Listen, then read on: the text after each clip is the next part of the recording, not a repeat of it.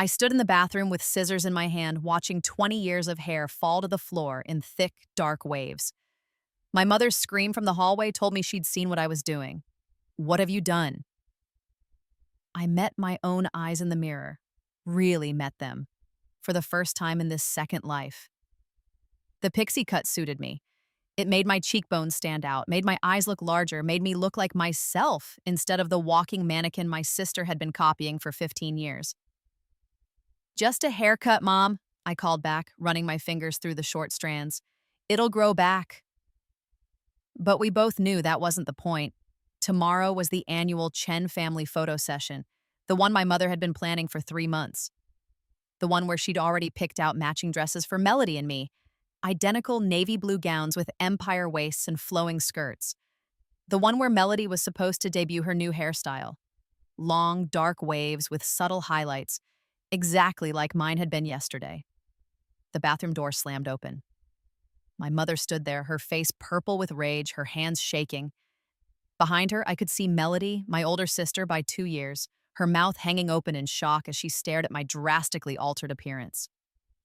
"You selfish, spiteful little bitch," my mother hissed. "Do you have any idea what you've done? Do you know how much I paid for those dresses? How much time I spent coordinating everything?" I smiled at her. In my first life, this moment would have destroyed me. I would have crumbled under her fury, apologized through tears, begged for forgiveness. But I'd died once already, poisoned by my own sister at 28, my liver failing as I choked on my own blood in a hospital bed, and death had a way of clarifying things. "I know exactly what I've done," I said calmly.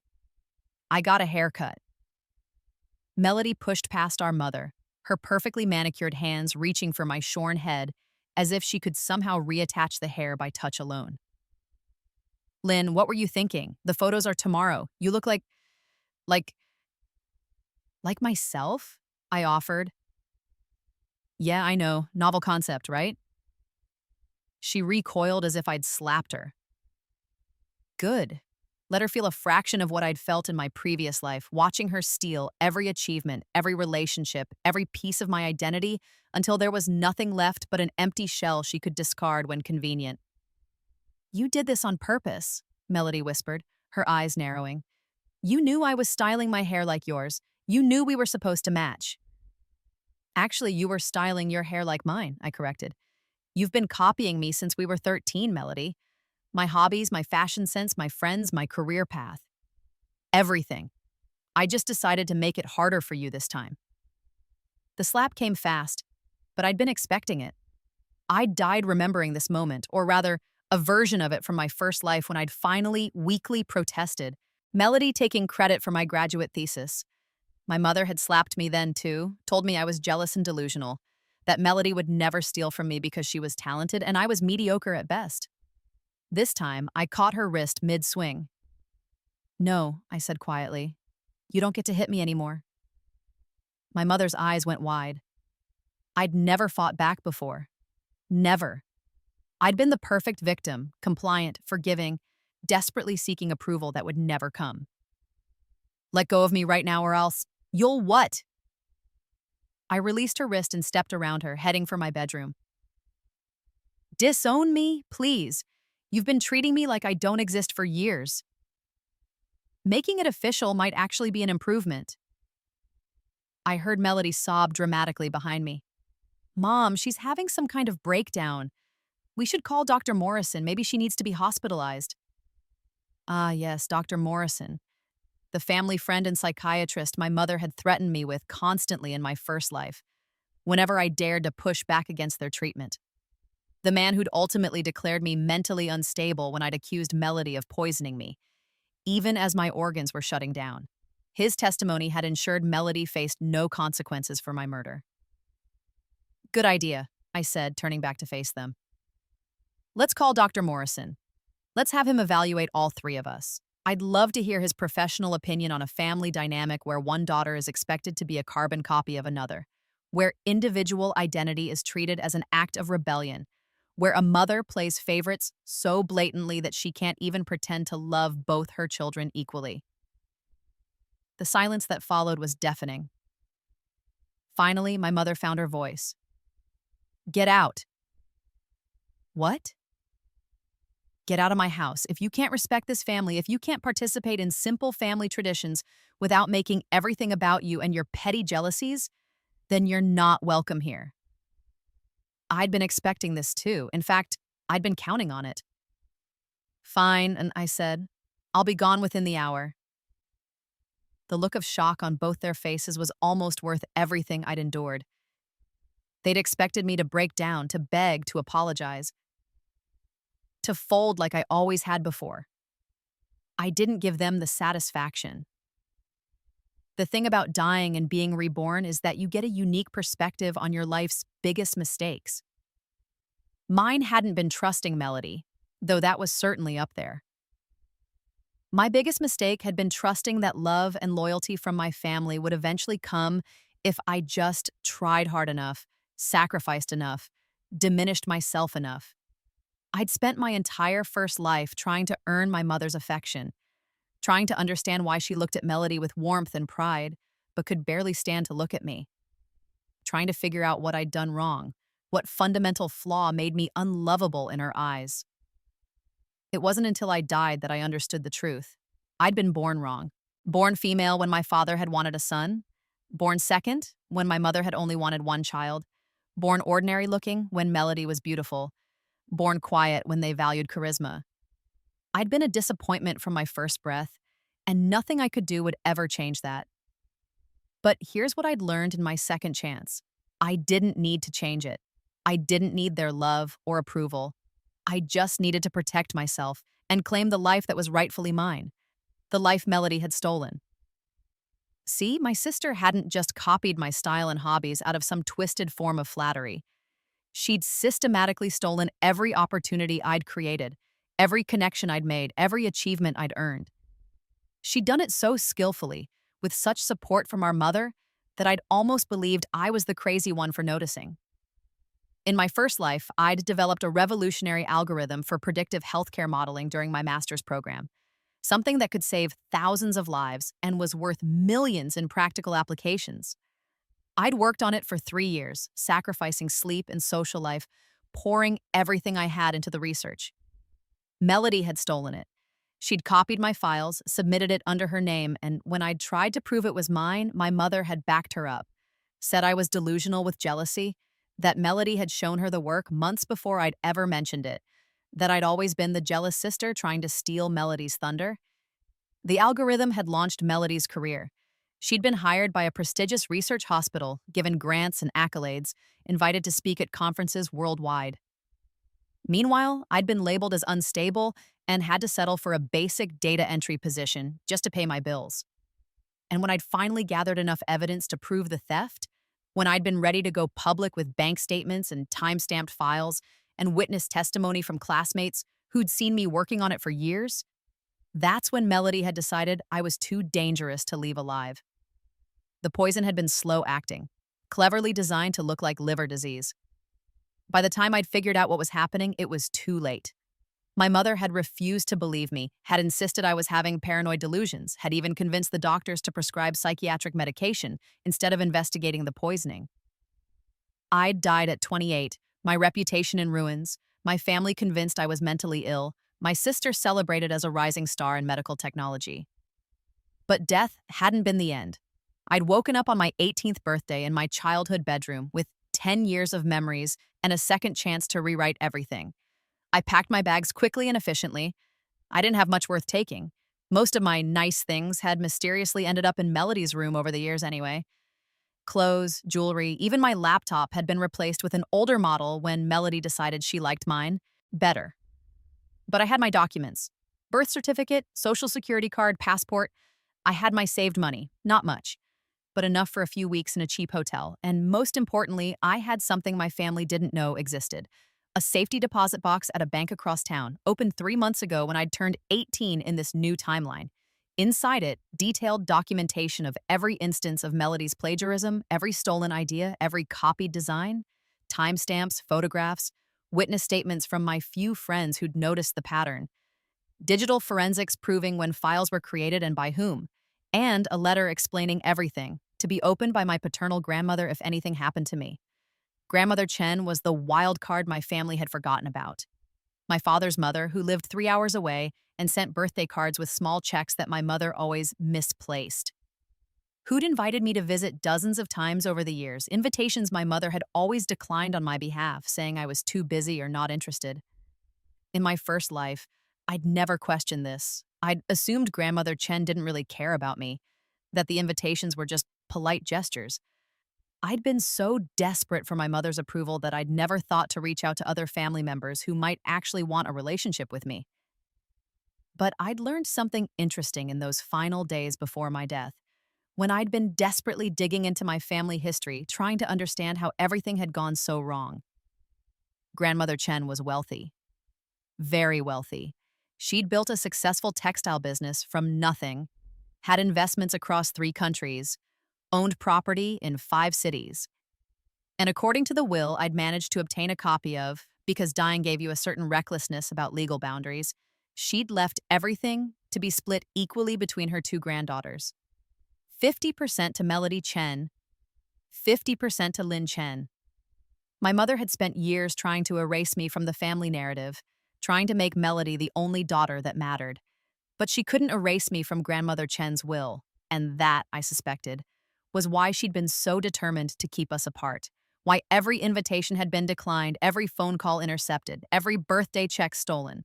My mother was playing a long game. She was betting that by the time Grandmother Chen died, I'd be so estranged from the family that contesting the will would be easy. Or better yet, that I'd be dead or institutionalized, legally incapable of inheriting. Well, time to change the game. I slung my backpack over my shoulder and took one last look at my childhood bedroom. The pale yellow walls I'd never been allowed to repaint, the twin bed with the faded butterfly comforter, the empty shelves where my books and trophies had once sat before mysteriously migrating to Melody's room. I felt nothing, no nostalgia, no sadness.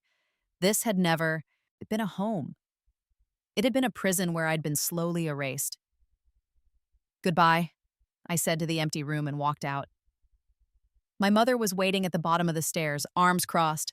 Melody stood beside her, tears streaming down her face in what I recognized as her devastated, innocent performance. She'd perfected it over the years, used it to get me blamed for things she'd done, to win sympathy when I dared to complain about her stealing from me. "You'll regret this," my mother said coldly. "Walking out on your family over a haircut. When you're living on the streets, don't come crawling back." "I won't," I promised. "But I'll send you a postcard from my new life. Just so you don't worry." I walked past them and out the front door into the cool spring evening. Behind me, I heard Melody sob louder, heard my mother comforting her. "It's okay, sweetheart. She was always unstable. You're better off without her jealousy poisoning this family." I smiled and kept walking. The motel was cheap, but clean. $40 a night for a room with a bed, a bathroom, and a door that locked. I'd stayed in worse places during my first life. In those final months when I'd been too sick to work and too poor to afford anything better, I sat on the bed and pulled out my phone, a cheap prepaid model I'd bought with babysitting money, nothing my family could track or cut off. I'd been preparing for this moment since I'd woken up in my 18-year-old body 3 months ago. First call, Grandmother Chen. She answered on the third ring, her voice warm and slightly confused. "Hello?" "Grandmother, it's Lynn, your granddaughter." A long pause, then cautiously, "Lynn, really?" "Yes, ma'am. I'm sorry I haven't called before. I was told you weren't interested in seeing me." Another pause. When she spoke again, her voice was sharp with anger, but not directed at me. "Your mother told you that?" "She said you only cared about Melody, that I was a disappointment to you." That woman. Grandmother Chen's voice could have cut glass. That manipulative, poisonous woman. "Lynn, I've been trying to reach you for years. Your mother refuses to put you on the phone. She sends back my gifts. She declines every invitation. I thought perhaps you didn't want to know me." My throat tightened. "I want to know you. Very much. That's actually why I'm calling. I need help." "Tell me everything." So I did. Not the rebirth part, obviously, that would sound insane. But I told her about the years of favoritism, the stealing, the emotional abuse. I told her about my algorithm and how Melody had claimed it. I told her about being kicked out tonight for cutting my hair. I told her I needed a safe place to stay while I figured out my next steps. That I was technically an adult, but barely, with no money and no support system. That I was scared, but determined not to go back. Grandmother Chen listened without interrupting. When I finished, she was quiet. For a long moment. "I'm 3 hours away," she said finally. "But my driver can be there in 2. Can you last that long?" "Yes." "Good. Pack your things. You're coming home, Lynn. Your real home." I closed my eyes, fighting tears. In my first life, I'd died alone and unmourned except by the handful of friends Melody hadn't managed to alienate from me. Hearing someone, blood family, say I had a home waiting was almost too much to process. "Thank you," I whispered. "Don't thank me yet," Grandmother Chen said dryly. "Wait until you meet me. I'm told I'm quite demanding and difficult." "I think I can handle it." "We'll see, Lynn. One more thing." "Yes?" "Your mother is going to be very unhappy when she realizes what she's lost. Are you prepared for that fight?" I thought about Melody's face when I'd revealed my short hair, about my mother's rage, about the years of systematic abuse and erasure I'd endured. "I'm not just prepared," I said. "I'm counting on it." Grandmother Chen laughed, a sharp bark of approval. "Good. You're a Chen after all. I'll see you soon, granddaughter." The driver arrived in a sleek black car that looked wildly out of place in the motel parking lot. He was an older man, professional and polite, who introduced himself as Mr. Zhang and took my pathetic single backpack with the same respect he'd probably give Louis Vuitton luggage. The drive to Grandmother Chen's estate took exactly 2 hours and 43 minutes. I spent most of it staring out the window, watching the suburbs give way to rural countryside, then to the kind of manicured wealth that screamed old money. We finally turned down a long, tree-lined drive that opened up to reveal a sprawling, traditional Chinese-style compound, all elegant curves and careful gardens, mixed with modern glass and steel additions. It was beautiful in a way that made my mother's suburban McMansion look like exactly what it was, new money trying too hard. Grandmother Chen was waiting on the front steps. She was smaller than I'd imagined, probably not even 5 feet tall, with silver hair pulled back in a severe bun and sharp eyes that seemed to see everything. She wore a simple silk tunic and slacks and radiated the kind of authority that had nothing to do with volume or aggression and everything to do with absolute certainty in her own power. She looked me up and down as I climbed out of the car, her gaze lingering on my short hair. "Bold choice," she said finally. "It suits you, makes you look like your grandfather." "Thank you, I think." "It's a compliment. He was the handsomest man I ever met and clever enough to let me run the business while he took credit for it publicly." She smiled slightly. "Different times. Now come inside. You look half-starved." She wasn't wrong. I'd been skipping meals lately, saving money for my escape. I followed her through a magnificent entrance hall into a comfortable study lined with books and art. She gestured for me to sit, then poured tea with practiced efficiency. "Tell me about the algorithm," she said without preamble. I blinked. "I mentioned it on the phone, but tell me properly. What it does, how it works, why it matters." So I did. I explained the predictive healthcare modeling system I'd spent 3 years developing in my first life. The one that could analyze patient data and predict health crises before they became critical. How it could save lives and money. How it could revolutionize preventive care. Grandmother Chen listened intently, occasionally asking sharp questions that proved she understood far more about technology and business than I'd expected. "And your sister stole this," she said when I finished. "Yes, in my first," I caught myself. "I mean, she's planning to. I haven't actually developed it yet in this timeline. I'm only 18. Grandmother Chen's eyes narrowed slightly at my slip, but she didn't comment on it. "But you have the knowledge. You know how to build it." "Yes." "And proof of your original work? Documentation?" Extensive documentation. Time-stamped files, witness statements, everything. I'd been very careful this time around, paranoid even. Every step of my work was documented, backed up in multiple locations, verified by neutral third parties. Good, she sipped her tea. Here's what's going to happen.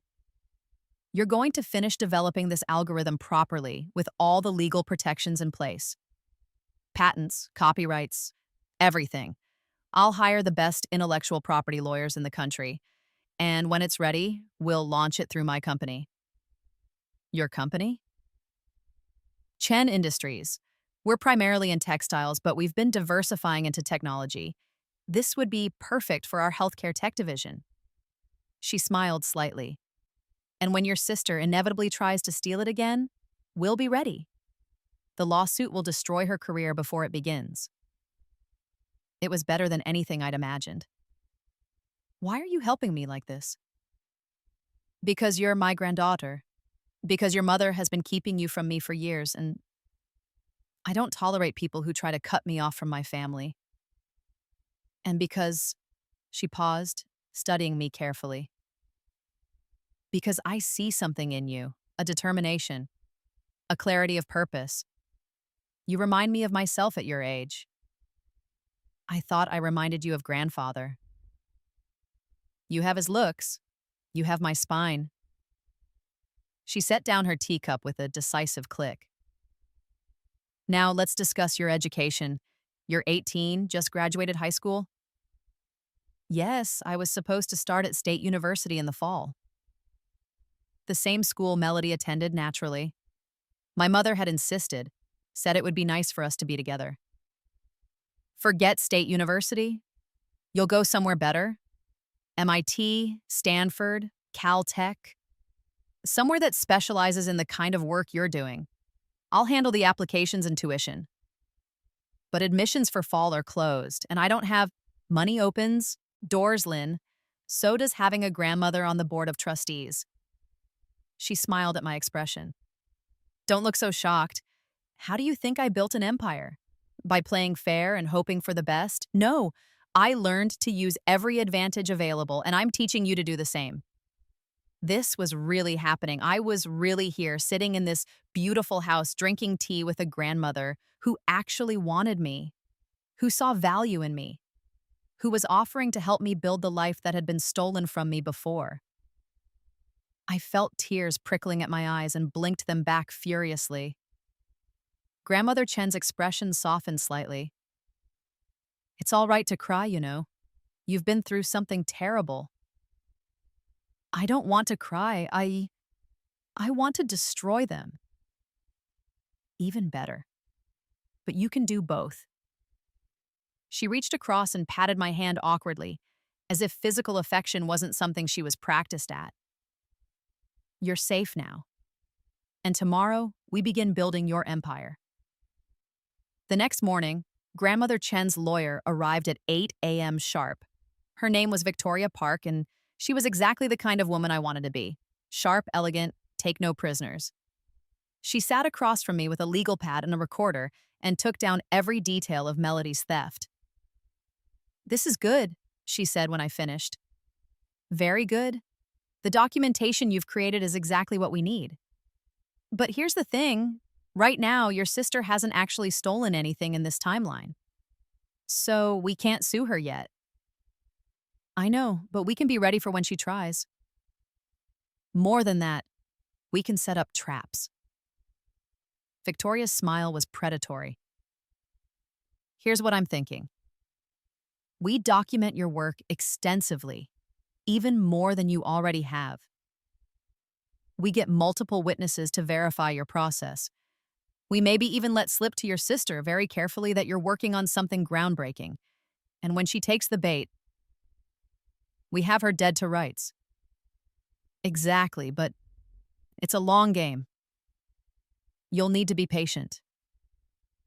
Patience. I'd already lived through 10 years once.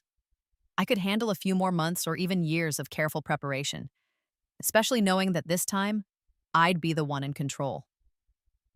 We spent the next 3 hours going over strategy. Victoria would file paperwork to establish me as an independent adult, no longer under my parents' custody. She'd also help me access my inheritance rights from grandmother Chen, making sure my mother couldn't contest them later. Your mother is going to fight this, Victoria warned. She'll likely try to have you declared incompetent or claim you've been unduly influenced. Let her try. I'm 18 and legally an adult. She kicked me out. She has no grounds. Legality and what actually happens in court aren't always the same thing, especially when family money is involved. We need to be prepared for a battle. I am prepared. Victoria studied me for a long moment. Yes, she said finally. I believe you are. My mother's first move came 3 days later. She showed up at grandmother Chen's estate with Melody in tow, demanding to see me. Mr. Zhang turned them away at the gate, but I could see them on the security monitor, my mother's face purple with rage, Melody crying into a tissue. Should I talk to them? I asked grandmother Chen. Do you want to? I thought about it. In my first life, I would have run to them, apologized, begged to come home. Would have convinced myself that maybe this time would be different. Maybe this time they'd actually love me. No, I said. I don't. Good, let them stew. But my mother wasn't giving up that easily. Over the next week, I received dozens of calls and texts from her, each one more manipulative than the last. Lynn, please come home. We can work this out. Your sister is devastated. She misses you. This is all a misunderstanding. You're being influenced by your grandmother. She's trying to turn you against your family. If you don't come home immediately, there will be consequences. You're making a terrible mistake. You'll regret this for the rest of your life. I saved every message. Victoria said they might be useful later, evidence of harassment and manipulation. The family photo session happened without me. Melody posted pictures on social media, just her and our mother in those matching navy dresses, both with long dark hair looking like sisters instead of mother and daughter. The caption read, "Missing someone today, but family is forever." The comments were full of sympathy. Where's your sister? Is everything okay? Praying for your family? Melody responded to each one with vague hints about me having problems and needing space to work through some things. The implication was clear. I was unstable, troubled, probably in therapy somewhere. I showed the post to grandmother Chen. She snorted. Your mother's trying to control the narrative, making you the problem child so no one questions why you left. Should I respond? Set the record straight? Not yet. Let her think she's winning. Overconfidence makes people sloppy. So I waited. I enrolled in summer courses at a nearby university, getting a head start on college credits. I worked on my algorithm, documenting every step, having it verified by grandmother Chen's tech consultants. I met with Victoria weekly to review legal strategies, and I watched my sister's social media like a hawk, waiting for the inevitable. It took 6 weeks. Melody posted a photo of herself at a desk surrounded by papers and a laptop, looking studious and serious. The caption, "Late nights working on something special." Can't share details yet, but this project is going to change healthcare as we know it. So grateful for the inspiration and support. Had research life, not innovation, not healthcare tech. My phone rang immediately, grandmother Chen. Did you see? I saw. She's already starting to claim your work. We don't know that for sure yet, I said, though my gut told me otherwise. She might be working on something else. Do you believe that? No. Neither do I. Time to bait the hook. The bait was simple and elegant. I created a private social media account under a fake name and sent Melody a friend request. The profile looked like a fellow student from State University, someone in the same academic program, someone who might have access to interesting research. Melody accepted within an hour. She always did love networking. Over the next few weeks, I carefully built a relationship with my sister through this fake account. Chatted about classes, shared memes, complained about professors, and occasionally, very casually, mentioned the cool project I was working on for my independent study. It's this predictive healthcare modeling thing, basically using algorithms to predict patient health crises before they happen. Could save lives, you know? Melody's response was immediate. That sounds amazing. I'd love to hear more about it. I fed her just enough information to be tantalizing. Mentioned specific methodologies, dropped hints about the technical approach, described the potential applications, all while documenting every conversation, every timestamp, every piece of information I shared. Then I set up the trap. I'm meeting a study group at the coffee shop on campus. I told my fake friend identity in a direct message. We're working on the healthcare algorithm together. You should come. Always good to get fresh perspectives. When? Saturday at 2 p.m.? The place is called The Daily Grind. Can't miss it. On Saturday, I watched from across the street as Melody walked into The Daily Grind at exactly 2 p.m., looking around for the study group that didn't exist. She stayed for 20 minutes, increasingly confused, before leaving.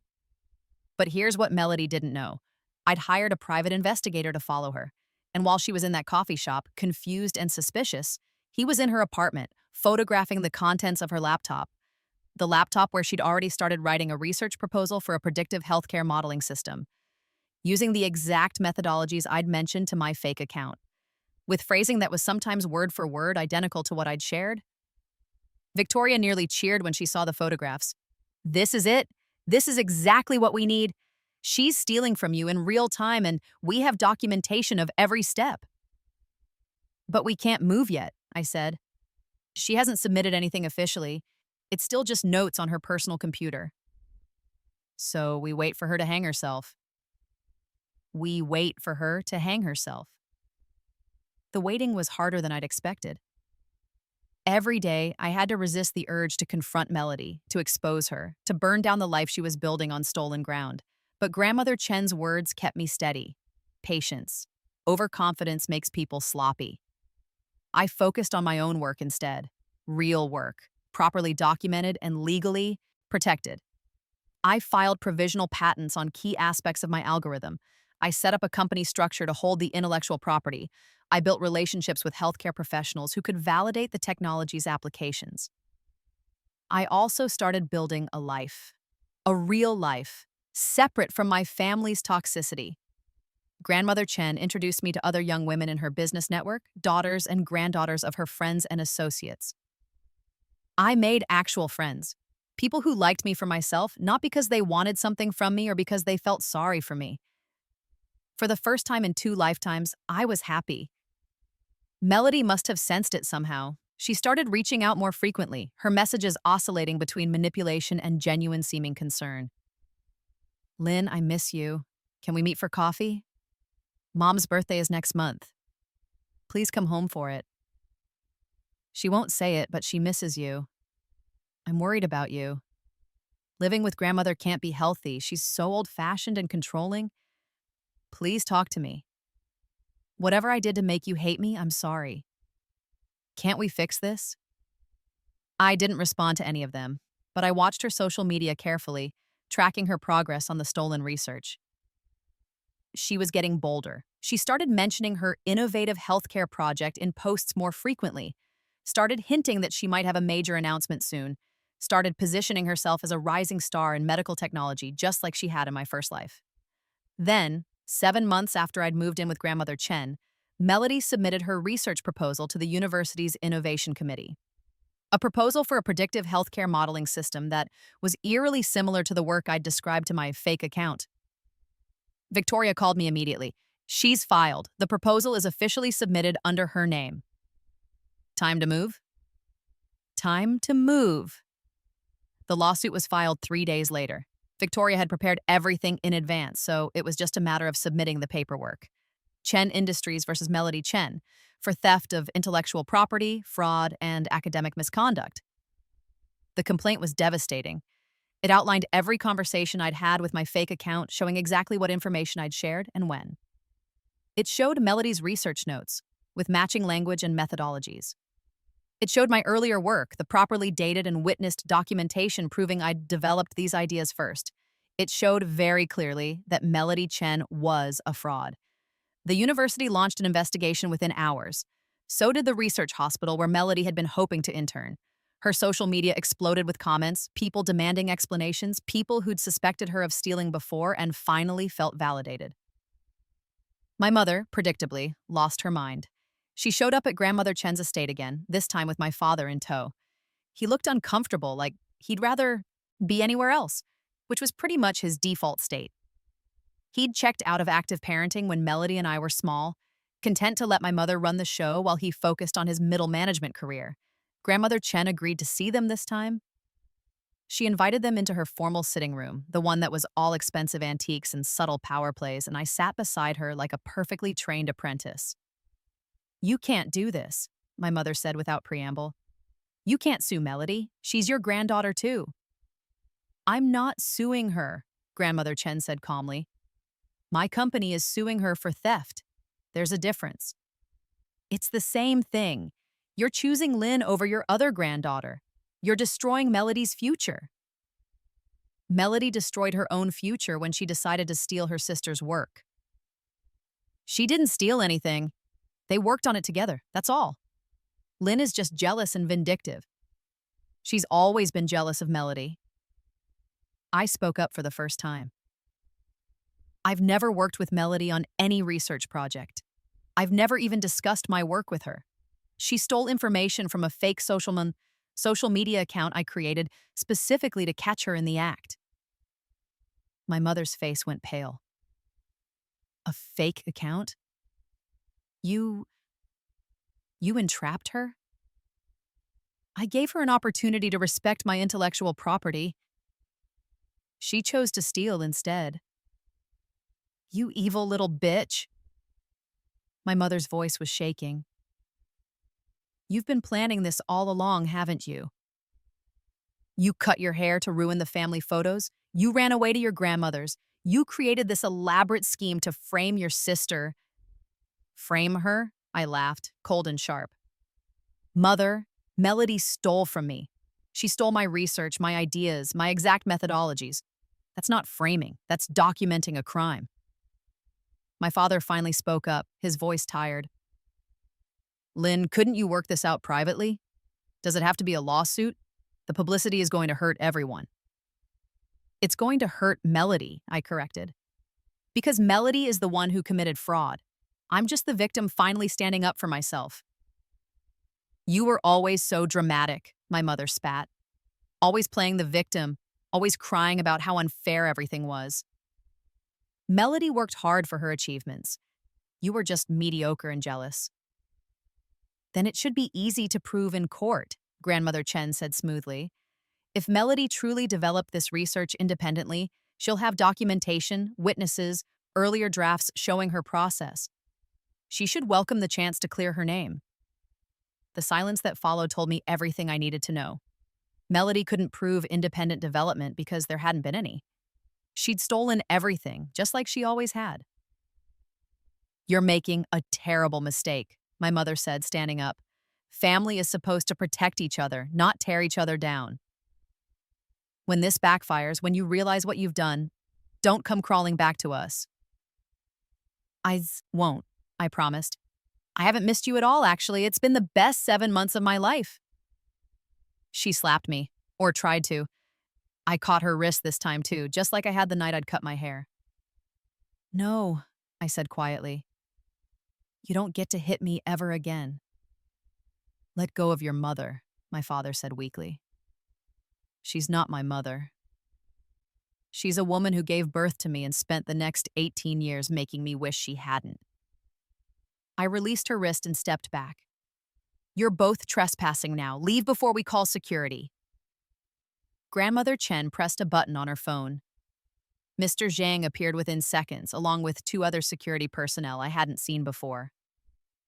"Please escort Mr. and Mrs. Chen off the property," Grandmother Chen said. "They are not welcome here. If they return, call the police." My parents were escorted out, my mother cursing the entire way, my father looking humiliated and lost. I watched them go and felt nothing. No guilt, no sadness, no second thoughts, just relief that they were finally gone. "You handled that well," Grandmother Chen said approvingly. I've had practice. In my first life, I stopped. She looked at me sharply. Your first life? I'd never told her about the rebirth, never told anyone. It seemed too impossible, too crazy. But she was looking at me with such clear, assessing eyes, and I suddenly realized I didn't want to keep secrets from her. I died, I said quietly. When I was 28, Melody poisoned me, and then I woke up on my 18th birthday with all my memories intact. This is my second chance. I expected skepticism, disbelief, maybe concern for my mental health. Instead, Grandmother Chen nodded slowly. That explains a great deal. Your maturity, your strategic thinking, the way you've prepared for everything. She paused. I don't understand how it's possible, but I believe you. You do? I've lived long enough to know that the universe is stranger than we imagine. And I've watched you, Lynn. You're not like other 18-year-olds. You have the eyes of someone who's lived through something terrible and come out stronger. She reached over and squeezed my hand. Thank you for telling me. And thank you for choosing to spend your second life with me. I felt tears burning again. Thank you for giving me a reason to. The trial took 8 months to reach court. 8 months of discovery, depositions, expert witnesses, and legal maneuvering. Victoria was brilliant, building a case so airtight that Melody's lawyers tried 3 times to settle out of court. We refused every offer. This wasn't about money, it was about justice. The trial itself was almost anticlimactic. Victoria presented the evidence methodically, my documented research, time-stamped files, witness statements, the conversations with my fake account showing exactly what information I'd shared and when, Melody's research proposal with its damning similarities. Expert witnesses testified that the likelihood of independent development was essentially zero. The methodologies were too specific, the phrasing too similar, the timeline too convenient. Melody's defense was that she'd been inspired by conversations with me, that I'd shared my ideas freely, and she'd simply built on them. That this was a case of sibling collaboration gone wrong, not theft. But Victoria destroyed that argument with one simple question. If Ms. Lin Chen shared her research freely and you built on it collaboratively, why did you never credit her? Why did you submit the proposal solely under your name? Why did you never mention your sister's contributions? Melody stammered. I didn't think. She didn't ask to be credited. You didn't think to credit the person whose research formed the entire foundation of your work? It wasn't like that. I developed it further. I added my own ideas. Please show the court these further developments and own ideas that you added to Ms. Chen's research. Melody couldn't because there weren't any. She'd stolen my work wholesale and added nothing but her name. The jury deliberated for less than 3 hours. Guilty on all counts. The judge awarded me full ownership of the intellectual property, plus damages for lost opportunities and emotional distress. Melody was expelled from the university, her academic career effectively over before it had truly begun. The research hospital rescinded her internship offer. Her name was flagged in academic databases as a known plagiarist. Everything she'd built was gone, just like she'd destroyed my life in the timeline before. My mother tried to speak to me after the verdict was read. She looked 10 years older, her face gray and haggard. Lynn, please, she's your sister. She made a mistake. Don't do this to her. She didn't make a mistake, I said. She made a choice, multiple choices, and now she's facing the consequences. You've destroyed her life. No, I protected my own life. There's a difference. I walked past her without looking back. Grandmother Chen was waiting by the car, looking fierce and proud. Well done, she said. It's not over yet. That was just the legal battle. Now comes the real work. Building something that actually matters. That's my girl. At Chen Industries launched my predictive healthcare algorithm 18 months after the trial. We'd spent the time refining it, testing it, building partnerships with hospitals and insurance companies. The launch was covered by major tech publications, healthcare journals, and mainstream media. I did interviews, I spoke at conferences, I became the face of a revolutionary technology that was already saving lives.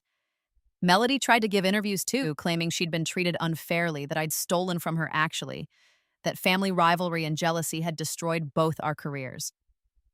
But no one believed her. The court documents were public record. The evidence was overwhelming. She became a cautionary tale, the privileged plagiarist who thought she could steal her way to success. My mother stood by her, of course, insisted publicly that Melody was the victim, that I was vindictive and cruel, that Grandmother Chen had poisoned me against my own family. No one cared. The court of public opinion had already decided who the villain was. I saw Melody one more time about 2 years after the trial. I was having coffee at a cafe near Chen Industries headquarters when she walked in. She saw me immediately, her face going pale. She looked terrible, thin and exhausted with circles under her eyes. Her long dark hair, no longer styled like mine since I'd been keeping my pixie cut, was pulled back in a messy ponytail. She hesitated, then walked over to my table. "Lynn, can we talk? I don't think we have anything to say to each other. Please, just 5 minutes." Against my better judgment, I nodded at the empty chair across from me. Melody sat down, her hands twisting in her lap. "I'm sorry," she said quietly. "For everything, for stealing your research, for copying you all those years, for—" She paused. "For poisoning you." I went very still. "What?" "In your past life, you said I poisoned you. It was Mom's idea, but I went along with it. I helped. And when you said you'd been reborn, I didn't believe it at first. But then everything you did made sense. You knew exactly what I'd do because I'd already done it once." She looked up at me with red-rimmed eyes. "I'm sorry. I know that doesn't mean anything, but I'm sorry. How do you know about the rebirth? I never told you." "Mom found the letter you wrote to Grandmother Chen, the one explaining everything in case something happened to you. She showed it to me. We thought you were crazy at first, but—" Melody shrugged. "After the trial, after everything you predicted came true, I started to wonder. And I couldn't sleep anymore, thinking that in another life I actually killed you. That I'm a murderer." I studied her carefully. She looked genuinely remorseful, genuinely broken. Part of me wanted to feel satisfaction at her suffering, but mostly I just felt tired. "You didn't kill me in this life," I said finally. "You tried to steal from me and you failed. That's all that matters now. Is there any way we could, I don't know, start over, be sisters?" "No." She flinched. "Not ever? You spent 15 years systematically destroying my sense of self. You stole my ideas, my style, my friends, my opportunities. And in another life, you murdered me rather than let me reclaim what was mine." I kept my voice level, factual. "You're not safe for me to be around, Melody. Even if you're genuinely sorry now, even if you've changed, the damage is too deep. I don't trust you. I don't want you in my life." "That's fair," she whispered. Yeah, that's fair." She stood up slowly, like every movement hurt. "For what it's worth, I'm glad you got your second chance. I'm glad you're happy now. And I hope someday you can forgive me, even if we never speak again." "I've already forgiven you," I said, surprising myself, "because staying angry was poisoning me. But forgiveness doesn't mean reconciliation. It just means I've let go of the hatred." Melody nodded, tears streaming down her face. "Goodbye, Lynn." "Goodbye, Melody." I watched her leave, then turned back to my coffee. My phone buzzed, a message from Grandmother Chen asking if I was still on for dinner tonight. I smiled and texted back a yes. I had a life now, a real life, full of purpose and genuine relationships and work that mattered. I had a grandmother who loved me fiercely. I had a company that was changing healthcare. I had friends, respect, success, and most importantly, I had myself back. Melody had taken everything from me once, but in this life, I'd made sure she could never do it again. And that was the best revenge of all. 5 years after the trial, Chen Industries was valued at over $2 billion. My predictive healthcare algorithm was being used in hospitals across 3 continents, and the technology had saved an estimated 100,000 lives. I was 23 years old, a successful CEO, and genuinely happy. Grandmother Chen was semi-retired now, though she still came to the office twice a week to supervise, which really meant to gossip with the executives and terrify anyone who wasn't working hard enough. She was 83 and sharp as ever. "I'm thinking of getting married," I told her one evening over dinner. She raised an eyebrow. "To that young doctor? The one who keeps looking at you like you hung the moon?" "David, yes, he proposed last week." "And you said yes?" "I said I'd think about it." "What's to think about? Do you love him?" "Very much, but—" I hesitated. "I keep waiting for it to go wrong, for him to turn out to be using me, or for someone to take him away, or for some catastrophe to destroy everything. I can't quite believe I'm allowed to just be happy." Grandmother Chen reached across the table and took my hand. "Lynn, you died and came back. You fought your way out of hell and built a paradise. You're allowed to be happy. You're allowed to love someone who loves you back. You're allowed to have a normal, beautiful life. What if I lose it? Then you'll survive it and build something new. That's what we do. We survive." She squeezed my hand. "But you can't let fear of loss prevent you from living. That's just another kind of death." She was right. She usually was. I called David that night and told him yes. We got married 6 months later in Grandmother Chen's garden, surrounded by the people who actually mattered. None of my family was invited, not my mother, not my father, not Melody. I'd heard through the grapevine that my parents had divorced, that my mother had become bitter and isolated, unable to accept that her golden child was a fraud and her rejected daughter was a success, that my father had moved across the country and started over, trying to escape the scandal, that Melody was working as a receptionist at a dental office, her dreams of medical research permanently dead. I should have felt satisfaction at their downfall, but I mostly just felt sad for the people they could have been if they'd chosen differently. "Any regrets?" David asked me during our first dance. I looked around at the garden full of friends and chosen family, at Grandmother Chen beaming at us from her seat of honor, at the life I'd built from ashes and second chances. "Not a single one, I said. And I meant it. Grandmother Chen died peacefully in her sleep 2 years after my wedding. She was 85, sharp until the very end, and went exactly the way she wanted to, quickly, painlessly, in her own bed. Her will left everything to me, the company, the properties, the investments, everything. She'd cut my mother out entirely years ago, and since Melody had been found guilty of fraud in a court of law, she was ineligible to inherit anyway. My mother contested the will, naturally, claimed undue influence, mental incompetence, all the usual accusations. Victoria destroyed her arguments in less than a week.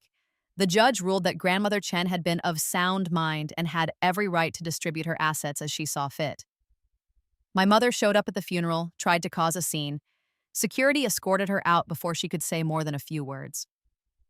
I stood at Grandmother Chen's grave and thanked her for everything she'd given me, for seeing my worth when no one else did, for teaching me to fight for myself, for loving me unconditionally, for giving me a second chance at life worth living. "I'll make you proud," I promised her. "I'll take care of the company. I'll keep helping people. I'll live fully and boldly and without fear." The wind rustled through the trees, and I chose to believe it was her way of saying she already was proud. I'm 33 now, or 53 if you count both lives. Chen Industries is thriving. My algorithm has saved over 1 million lives at this point. David and I have 2 children, both fierce and independent and loved unconditionally. I cut my hair short again last month, just like I did that pivotal night when I was 18. My daughter asked me why, and I told her it makes me feel like myself. "You should always feel like yourself, Mama," she said seriously. "You're right, sweetheart. Always." I never heard from Melody again after that encounter in the coffee shop. I don't know where she is or what she's doing, and I find I don't particularly care. She's not part of my story anymore. My mother tried to reach out once more about 5 years ago, claiming she wanted to make amends. I declined. Some bridges are burned for good reason, and some relationships are toxic enough that they can never be salvaged. I built a new family instead. David's parents, who welcomed me with open arms, my friends from business school and the industry, the employees at Chen Industries who became like family, my children who will grow up knowing they're loved and valued exactly as they are. Sometimes late at night, I still think about my first life, about dying alone in that hospital bed, my family convinced I was insane, my sister celebrated for work she'd stolen from me, about the injustice of it all, the helplessness, the despair. And then I look around at my life now, at the sleeping children, the loving husband, the successful company, the genuine friendships, and I remember that I won. I died, and I came back, and I won. Melody took everything from me once, but I built something better in its place, something she could never steal because it was built on genuine talent and hard work and love instead of theft and manipulation. My short hair is silver at the temples now, and I wear it proudly. It reminds me of that night when I first took control of my own life, when I chose myself over my family's expectations. Best decision I ever made. Sometimes people ask me for advice. Young women who feel trapped by family expectations, who are being copied or stolen from, who don't know how to stand up for themselves. I always tell them the same thing. Cut your hair, or whatever your equivalent is. Do something bold and visible that declares who you really are, and then fight like hell to protect that person. Because in the end, that's what revenge really is. Not just destroying your enemies, but building a life so successful and joyful that their attempts to tear you down become irrelevant. I'm Lin Chen. I died once and came back. I fought my family and won. I built an empire and saved millions of lives. And I did it all by refusing to be anyone other than exactly who I was meant to be. My copycat sister's look may have been ruined that day I cut my hair, but I was finally free. And that freedom was worth everything.